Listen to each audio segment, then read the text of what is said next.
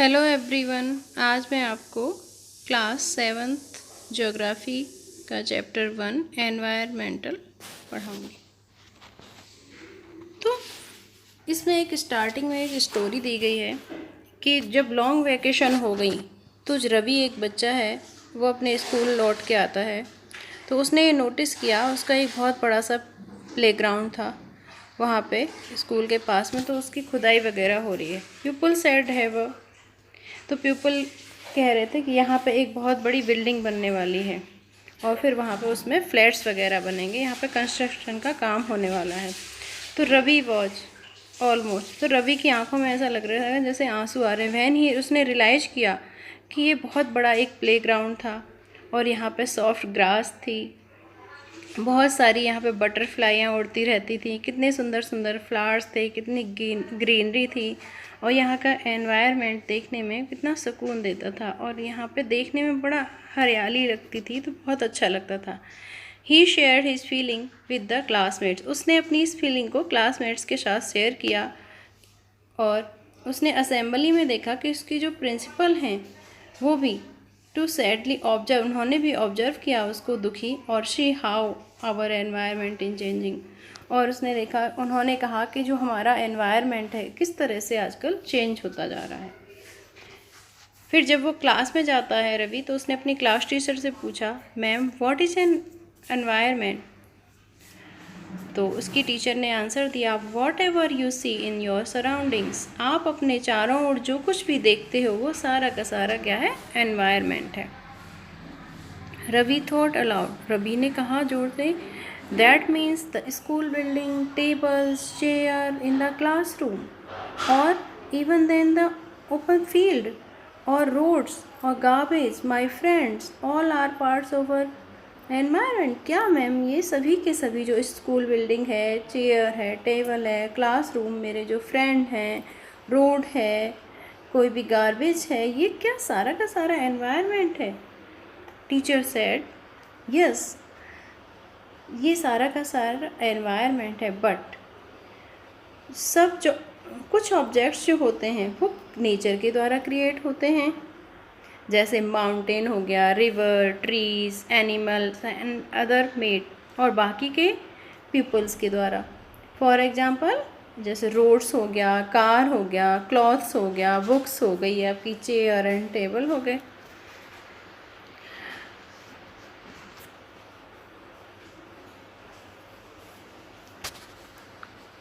Now work in pairs in a list with your, अब ma'am ने एक work दिया बच्चों को कि आप लोग अपने क्लासमेट्स के साथ एक लिस्ट बनाइए, उसमें ये दिखाइए कि कौन सा जो एनवायरनमेंट है वो नेचर के द्वारा हमें मिला है और कौन सा ह्यूमन मेड है। तो हम यहाँ पे देखते हैं,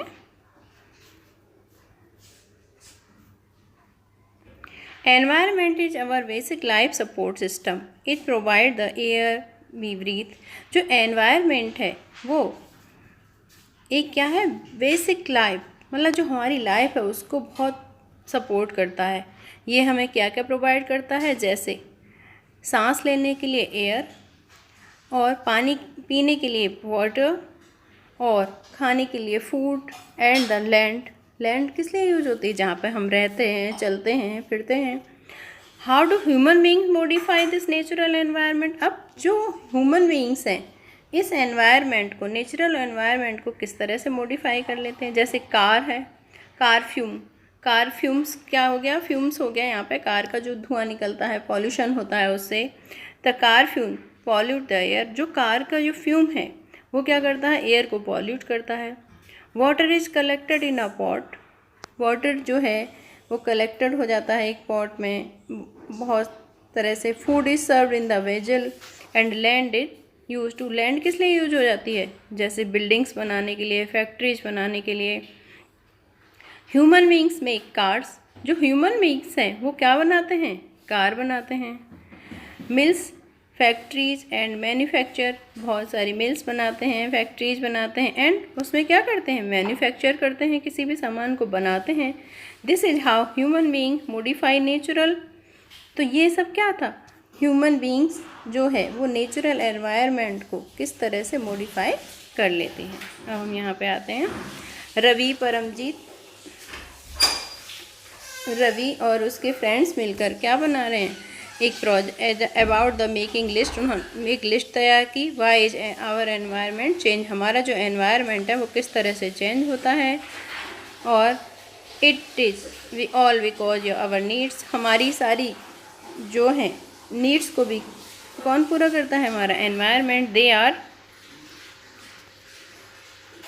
इंक्रीजिंग डे बाई डे, जो है ये हमारी जो नीड्स होती हैं, हमारी needs day by day increase होती रहती हैं। We are there for modify and at times even destroy our natural surroundings, हम अपने चारों तरफ कितनी चीज़ों को डिस्ट्रॉय करते रहते हैं। द टीचर रिप्लाई, टीचर ने ये रिप्लाई किया।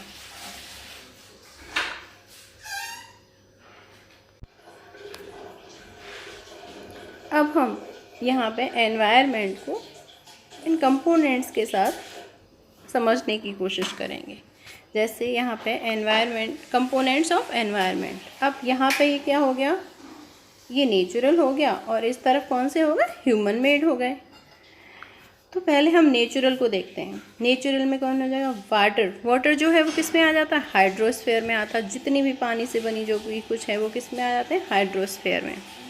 एयर किस में आती है, एटमॉस्फेयर में, क्योंकि हमारी जो अर्थ है उसके चारों तरफ एक जो लेयर होती है वो किसकी होती है, एनवायरनमेंट की, है ना। और लैंड किस में आती है, जिस पे हम चलते हैं, रहते हैं, घर बनाते हैं, वो क्या हो जाता है, लैंड, लिथोस्फीयर में आ जाएगी। और बाकी जो बायोस्फीयर है, जितनी भी लिविंग थिंग्स हैं वो क्या है, बायोस्फीयर है। अब यहाँ हम ह्यूमन मेड एनवायरनमेंट को देखते हैं। अब जैसे मान लीजिए बिल्डिंग्स हैं, बिल्डिंग्स किसने बनाई, ह्यूमन ने।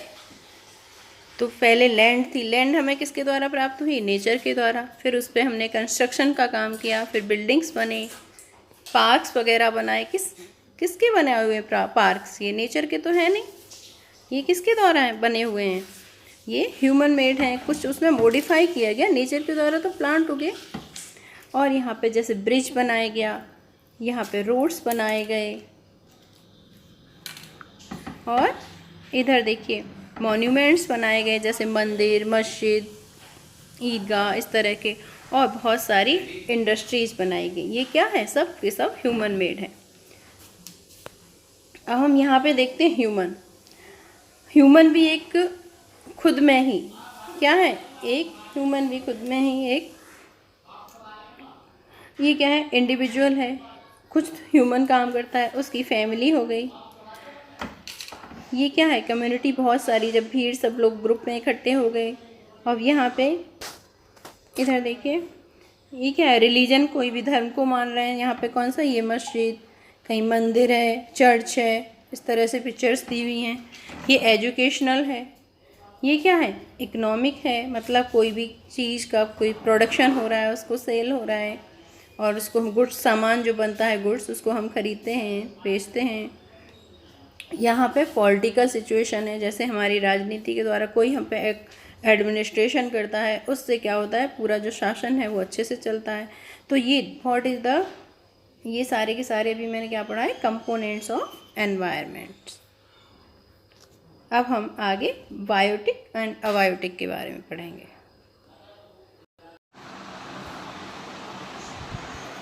तो पहले हम बायोटिक और अबायोटिक के बारे को देख लेते हैं। बायोटिक क्या होता है, the world of living organism, plants, animal, जितने भी वर्ल्ड में जितनी भी लिविंग थिंग्स है वो क्या कहलाती हैं, biotic.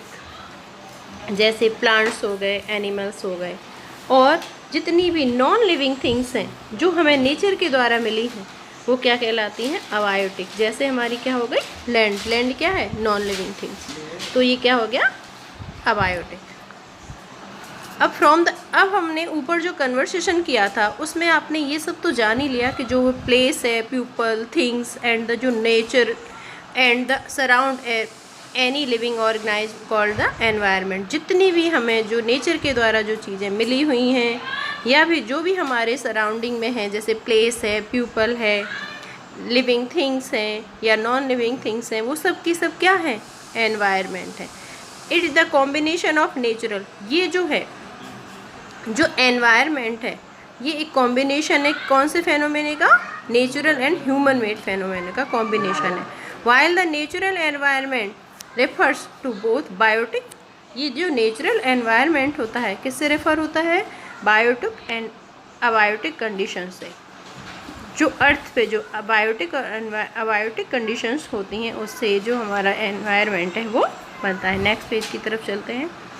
Human environment reveals the activity, जो ह्यूमन एनवायरनमेंट है वो किससे बनता है, बहुत सारी जो एक्टिविटी करते हैं ह्यूमन, क्रिएशंस करते हैं, इंटरेक्शन करते हैं, ये सब से क्या बनता है, ह्यूमन एनवायरनमेंट क्रिएट होता है। एनवायरनमेंट फ्रेंच वर्ड, जो एनवायरनमेंट है वो फ्रेंच वर्ड से लिया गया है और एनवायरनमेंट का मीनिंग होता है नेबरहुड, मतलब हमारे आसपास जो भी सराउंडिंग, मतलब हमारे जो पड़ोसी, जो हमें चारों तरफ अपने दिखाई देता है वो सब का सब क्या है, एनवायरनमेंट है।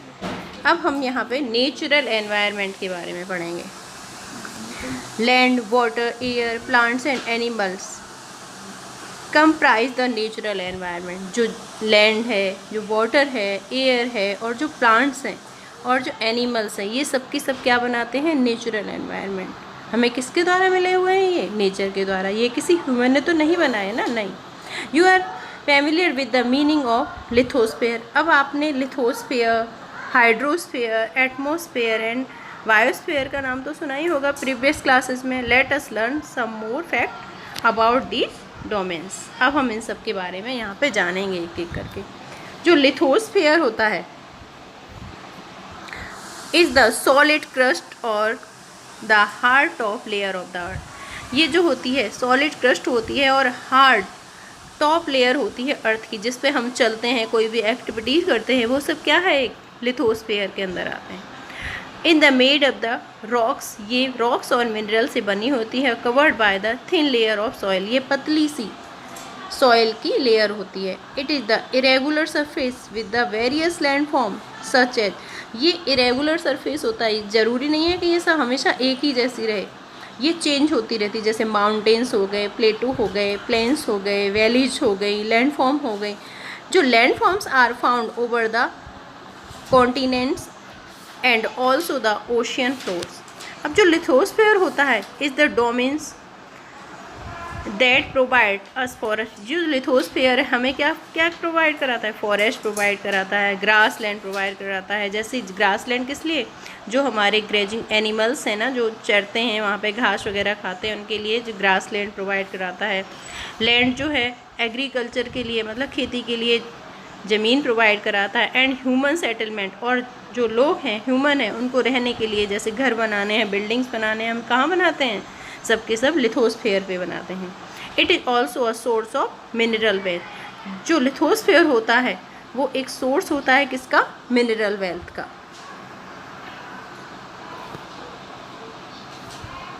Next, the domains of water is referred to as hydrosphere. अब हम हाइड्रोस्फेयर के बारे में पढ़ेंगे। It is comprise various sources of water, जो भी वाटर से बने है ना, different types of water bodies, जैसे लाइक रिवर हो गई, लेक्स हो गई, सीज, ओशियन एक्सेट्रा, ये सब की सब क्या है, हाइड्रोस्फेयर है।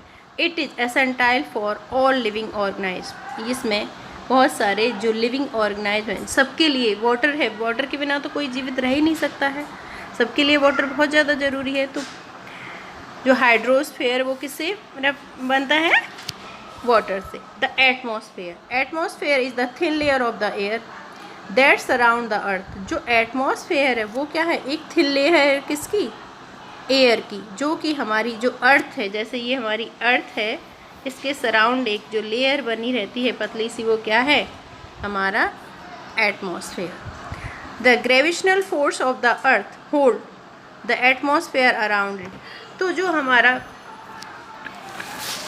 एटमॉस्फेयर है, जो उसके चारों तरफ एक ग्रेविशनल फोर्स, मतलब जैसे कि गुरुत्वाकर्षण जो फोर्स होता है वो हमें बहुत सारी बुरी, जैसे हमें प्रोटेक्ट करता है सन की बहुत रेजेस से, टू हीट, जैसे सन की जो रेजेस हैं, हार्मफुल जो रेजेस हैं उनसे, और हीट से, सन की हीट से। तो ये जो एयर में बल्कि वो इतनी हीट जो है वो इतनी गर्म नहीं मिलती है। The consist of the number of gases, बहुत सारी गैसों से, डस्ट से, वाटर वेपर से। The change in the atmosphere produce change in the weather और क्लाइमेट। तो जो हमारा एटमॉस्फेयर है उसी के कारण, मतलब जो अर्थ के सराउंड में जो एक लेयर जैसी होती है, उसी से जो हमारा क्लाइमेट और वेदर जो है वो चेंज होता रहता है। Plants and animal kingdom together make biosphere. अब जो हमारा लास्ट पॉइंट था वो क्या था, बायोस्फीयर। उसके बारे में प्लांट्स और एनिमल मिलके क्या बनाते हैं, बायोस्फीयर। और living world in the narrow zone of the earth where land, water and air interact with the each other to support life. वहाँ पे मिलके ये सारी लाइफ को सपोर्ट करते हैं। What is ecosystem. अब हम पढ़ेंगे इकोसिस्टम क्या है, इकोसिस्टम के बारे में पढ़ेंगे। At the NCC camp. अब जो एनसीसी कैंप है, रवि जो है क्लास के साथ गया, उसने अटेंड किया। तो जैसी और explain what is a heavy downpour it reminds me my. यहाँ पे एक स्टोरी दी गई है। रवि जो है वो एक कैंप में गया था। You should the how it pores and pores. तो पोर्स हैव द लस green field and the coconut plantation.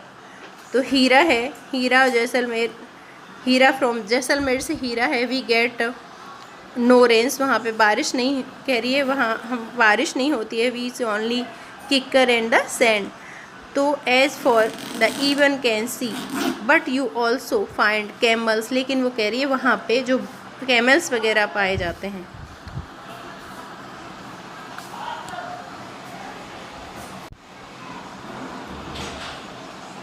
यहाँ पे देख लेते हैं हम इकोसिस्टम को अच्छे से समझाएं। It is a system formed by the interaction of all living organisms with the each other and with the physical and chemical factors of the environment in the which they live, all links by transfer of energy and material।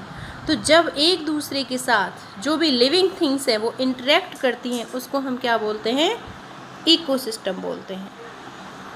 Physical and chemical environment के साथ, physical और chemical environment क्या हो गया, मतलब non living things के साथ interact करती हैं, तो उसे भी हम क्या बोलते हैं, इकोसिस्टम बोलते हैं। और जब ये एक दूसरे के साथ जुड़कर एक दूसरे की जो एनर्जी को ट्रांसफ़र करती हैं, तब भी हम उसको क्या बोलते हैं, इकोसिस्टम बोलते हैं। तो वर्ल्ड एनवायरनमेंट डे मनाया जाता है, वो कब मनाया जाता है, 5 जून को मनाया जाता है। वर्ल्ड एनवायरनमेंट डे 5 जून को मनाया जाता है। यहाँ पे एक पिक्चर दी गई है पॉन्ड इकोसिस्टम, देखिए।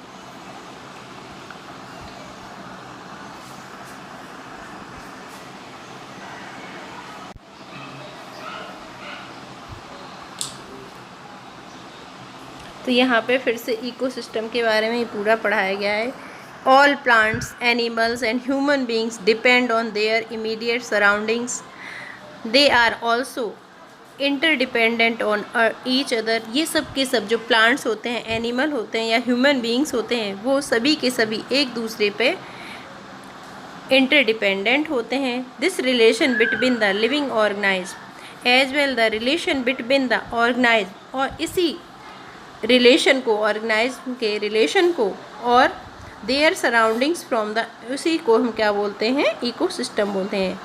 There could be an ecosystem on large rain forest. Ecosystem क्या है, जो मतलब जहाँ पे ज़्यादा बारिश होती है वहाँ पे क्या होता है, बहुत घने घने से जंगल पाए जाते हैं, ग्रास लैंड पाए जाते हैं। कहीं पे मतलब इकोसिस्टम का ही तो नतीजा है, कहीं पे बहुत ज़्यादा बारिश होती है वहाँ पे फॉरेस्ट अच्छे होंगे, कहीं ग्रास लैंड होगा, जहाँ बारिश कम होगी वहाँ पे डिजर्ट होंगे, और भी कई जगह कहीं mountains, lakes, rivers, oceans and even small ponds. अब यहाँ पे हम, जैसे मैंने बताया था ना, 5 जून को क्या मनाया जाता है, एवरी डे, एवरी ईयर। यहाँ पे दिया हुआ है, आप यहाँ से भी रीड कर सकते हैं।